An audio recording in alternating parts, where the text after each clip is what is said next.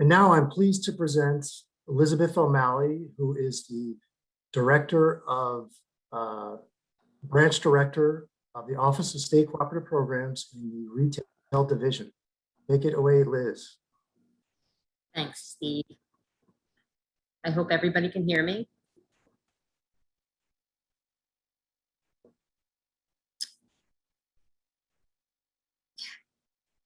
So good afternoon, everyone, and welcome to the Northeast breakout session. I hope everyone is enjoying the seminar so far.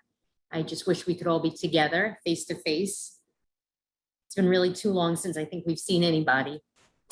Earlier today, I was looking at the numbers of registrants for the seminar, and I can't believe that we have 3,100 people registered for the seminar, 679 of which are from the Northeast. That's 100 more than any other area of the country. So that's really exciting.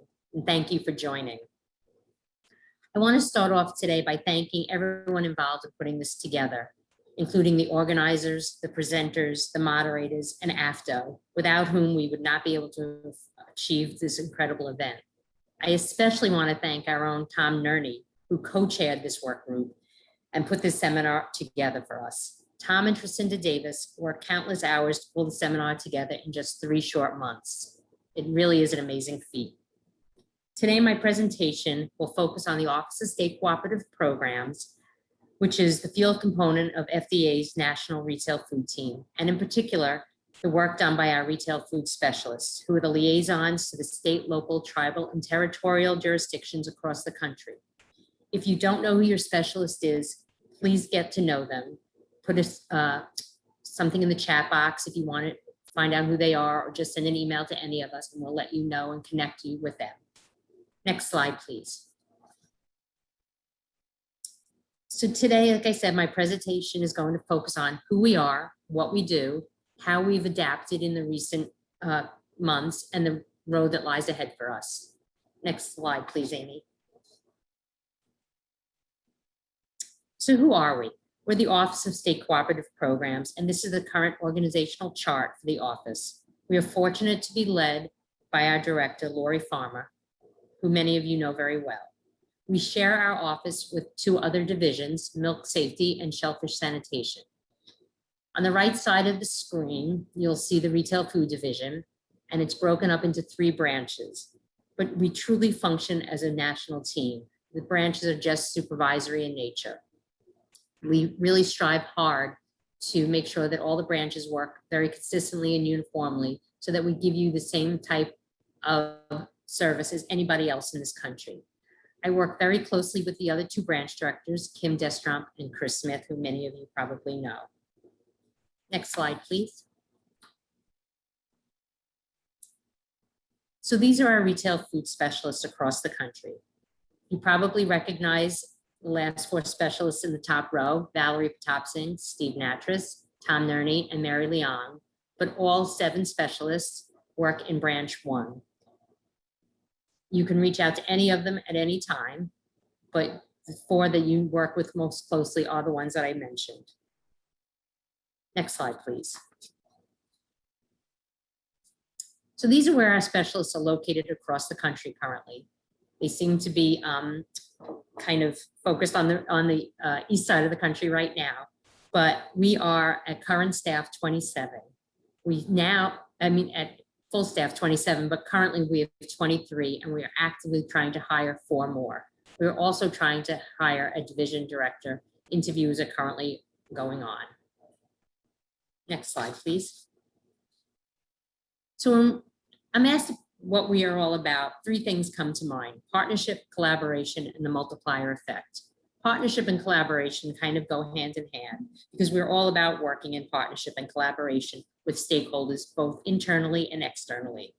There are so many people across the country that work in retail food protection, and no one can do it alone. We fully recognize that within our office, and we work hard to partner and collaborate with many different entities. We recognize the need to leverage each other's resources and expertise to prevent and reduce foodborne illness. In addition, since the Office of State Cooperative Programs has such a limited number of staff, we rely on a concept known as the multiplier effect to most effectively achieve our goals and objectives. When I'm asked what the multiplier effect is, I often describe it as teaching people to fish rather than giving them a meal. But for you social media users out there, it's also like tweeting and retweeting. But either way, what it is, it's about providing a small group of people with the information and tools they need to accomplish something, with the hope that they will further distribute the information and the tools to others who also need it. Some of the activities we effectively use the multiplier effect for within our office are standardizations, the program standards mentorship program, and our training courses. Next, please. One way we collaborate is to work with our other internal components. Many of you have heard us often talk about the FDA National Retail Food Team. It was actually a poll question yesterday. Our team is actually comprised of 4 separate components within FDA, all working together towards a common mission of reducing foodborne illness risk factors. The 4 components include our office, the Office of State Cooperative Programs, CIFSAN, the Office of Training, Education, and Development, and the Office of Partnerships. Over the course of the last 2 years, the National Retail Food Team has worked to put together a 5-year retail food protection strategic plan that outlines the mission, vision, goals, objectives, and strategies for our national program. The FDA received and considered stakeholder feedback when developing this plan. We did not do it in a vacuum. It was truly a collective effort of both internal and external stakeholders. Next, please. The strategic goal of the National Retail Food Team is to reduce the occurrence of foodborne illness risk factors in food establishments. To support this goal, we've established 3 strategic objectives, and they are to increase uniformity, consistency, and capacity of our state, local, tribal, and territorial retail food protection programs, promote industry's active managerial control of foodborne illness risk factors, and to promote a culture of food safety, and to maintain a strong national retail food workforce. Corresponding to each of these objectives are strategies or steps that we will take to achieve these objectives. And the success of the national program will be reflected in our ability to work towards our goals and objectives with all of our partners. Next, please. It's important to note that the National Retail Food Team strategic plan is in full alignment with the efforts underway by the Retail Food Safety Regulatory Association Collaborative and the agency's New Era for Smarter Food Safety initiative that you heard all about this week. All 3 have touch points, and core elements 3 and 4 of the New Era initiative, which speaks to new business models, retail modernization, and food safety culture, directly align with the work and the technical assistance provided by our retail food specialists.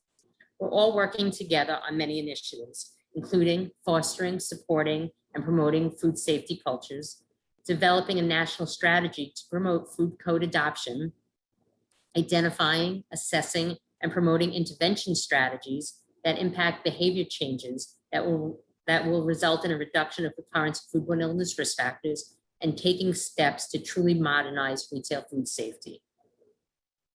Next, please.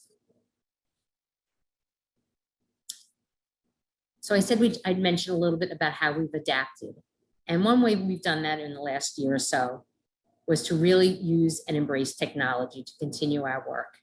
In FY21, our specialists worked with OTED and our association partners to convert courses to a virtual format, and we delivered 48 retail food courses, and we will continue to do so in FY22, planning 50. This was no small task. Virtual platforms were also successfully utilized for the annual education conferences for AFTO, NEHA, and NACCHO, as well as the recent conference for food protection. And of course, this seminar is another example of how we successfully and effectively adapted to these crazy times. Next, please, Amy. Going forward into 2022, we hope to have 2 face-to-face self-assessment verification audit workshops, one in conjunction with NEHA's annual education conference and the other in the Southeast. We recognize the importance of continuing these workshops in a face-to-face format. However, knowing the increased demand for the workshops and the uncertainty of the current environment, We're developing the SAVA workshop into a series of virtual courses. People have asked for that, and we heard you, and we are moving forward towards that. And we hope to have that completed in 2022. Next, please. This summer, the FDA released its report on the study of foodborne illness risk factors in retail food deli departments. This study is a part of a 10-year initiative that examines when foodborne illness risk factors occur and their relationships to food safety management systems and certified food protection managers. Yesterday, we heard Mike Nordis provide the results. Again, we have to focus on ensuring employees practice proper hand washing, hold the foods at required refrigeration temperatures, and cool foods properly. Our specialists are available to offer additional information about the study and its results and provide presentations on the findings. The specialists are also gearing up to do a next round of data collection starting hopefully October 1st. We would truly appreciate your support as we embark on this current and critically important work. Next, please. So this week we heard Frank Giannis talk all about experience of food safety revolution, and part of that revolution is the need to promote a food safety culture. If you recall, Frank said we will probably see more changes in the next decade than we've seen in the last 30 years. We will see technologies that we've never seen before, new and reformulated foods. We'll see business models changing and data being used to improve our food safety systems. Currently, we are seeing collaboration and funding like retail has never seen before. We have $40 million, as was mentioned, going towards the retail food flexible funding model. But what I want to say to everyone is that we shouldn't be intimidated or afraid. When I started working in public health many years ago, I never dreamed I would see some of the things I've seen. I'm going to date myself a little bit while I'm talking to you, but in my 30 years in public health, I've seen tremendous public health improvements that were laughed at, even scoffed at when they were first brought up and discussed. If we think back, how about seatbelts? When I was a kid, no one used seatbelts. My mother threw me in the back seat of the car, the back seat of my father's station wagon, and we bounced around all the way up to wherever we were vacationing. Kids today don't even think twice about putting their seatbelts on before even turning the car on. How about sunscreen? How many of you guys were burnt to a crisp as a child? My kids put sunscreen on every morning before they leave the house. How about smoking in public places? When I started working, people walked around their offices smoking, and there were smoking and non-smoking sections in restaurants. And related specifically to retail food, I remember when bare hand contact with ready-to-eat food was the norm. The very idea that there would be guidance and enforcement of no bare hand contact with ready-to-eat food was groundbreaking. Public health officials changed our behaviors and the way society and culture thought, but not without a fight. But why were these changes so successful? I gave a lot of thought to that last night, and I realized that these were successful because we had the right ideas and messages. They were public health focused, we had the science and data to support the changes, and public health officials built systems around them to help get the messages out there. There was funding available and no one worked alone. Public health officials were able to change people's attitudes and behaviors, much like we'll be able to do in the next 10 years. This is a really exciting time to be working in retail food, and we need to embrace what's happening. We can't continue to do things the same way, and we shouldn't want to do things the same way. We should look to change the future of food safety for the better. We need to make our ideas become our words become our behaviors become our habits, and our habits become our values. Once our habits become our values, we will change our food safety culture. Next, please. So this is my favorite part of the seminar. I love to talk about everything that's going on in the region, the former region, and highlight all the things that you guys have been doing. So my specialist sent me a really long list, and I don't want to, I just don't have the time to mention everything, but I do want to talk about a few important things. In Vermont, Robert Manfredi just completed his restandardization in August. Congratulations. And also in Vermont, they participated in a joint MIFRIPS Retail Food Program Standards audit in December of last year, and it was extremely successful. In Rhode Island, Ernie Julian retired in May, and Kathy Feeney took over as the chief of the Center for Food Protection at the Rhode Island Department of Health. And so I want to wish my congratulations to both of you. In Maine, Health just got approval to hire 6 new inspectors. This is a huge deal for a small regulatory authority. Lori Davis and Scott Davis, the 2 Maine standardized officials, are going to be promoted to supervisors if they haven't been already, so they can spend more time training their inspectors. In New Hampshire, Rob Allen completed his restandardization in July. We should be really proud of Christine Applewhite, who did a fantastic job as CFP Council 3 Vice Chair. And Christine will be stepping into the role of chair going forward. Connecticut DPH has resumed field standardization statewide and continues to provide technical assistance to their local health departments throughout Connecticut. Connecticut DCP continued to protect consumers throughout the entire pandemic. Massachusetts Department of Health continued to work actively to provide assistance to the 351 towns and cities over the course of the last 18 months. In New York, since the last time we met, Mike Cambridge retired after 40 years of service. And I can't believe I'm actually saying that because that makes me feel really old. Mike and I used to work so closely together when I worked for New York City Department of Health. I would also like to mention there's a fantastic article in the September edition of the Journal of Environmental Health entitled Hepatitis A Vaccination of Food Service Workers in Genesee County, New York, authored by Brendan Bedard, Paul Pettit, Sarah Balduve, and Christine Vuz. I hope I pronounced your names correctly. County participates in the retail food program standards and was awarded a grant to provide education about and vaccinate retail food handlers against hepatitis A. It's a terrific article about their success with this intervention strategy, and I really hope everyone gets a chance to read it. The specialist and I would like to thank everyone who's reached out to learn more about the program standards and the retail food flexible funding model. In particular, I would like to thank the local associations for spreading the word on this very important initiative, including Kevin Elak and the Connecticut Environmental Health Association, Diane Chalford Judge and the Massachusetts Environmental Health Association, and Sigal Reese and Dawn Seabour and the Massachusetts Health Officers Association, as well as everyone else who's really spread the word about this incredible amount of funding and how it can help our programs. Next, please. And finally, I just want to applaud everyone for being so adaptable and dedicated over the last 19 months. When the pandemic hit, our personal and professional lives were uprooted and changed in ways we never ever imagined. However, the retail food industry stepped up during these tough times to ensure that we had food to eat. Food service workers were among the essential workers that went to work every single day, allowing grocery stores to stay open.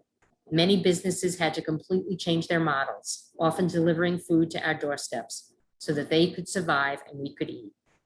Our state, local, tribal, and territorial regulatory partners worked tirelessly alongside industry to ensure food safety was paramount. They truly risked their lives protecting us, and many went as far as uncovering new innovations like virtual inspections to ensure social distancing while remaining vigilant. To all, I'm truly appreciative. Thank you for letting me give opening remarks this morning, and I hope you enjoy the rest of the seminar. And I'll take any questions if anybody has any. Thank you, Liz.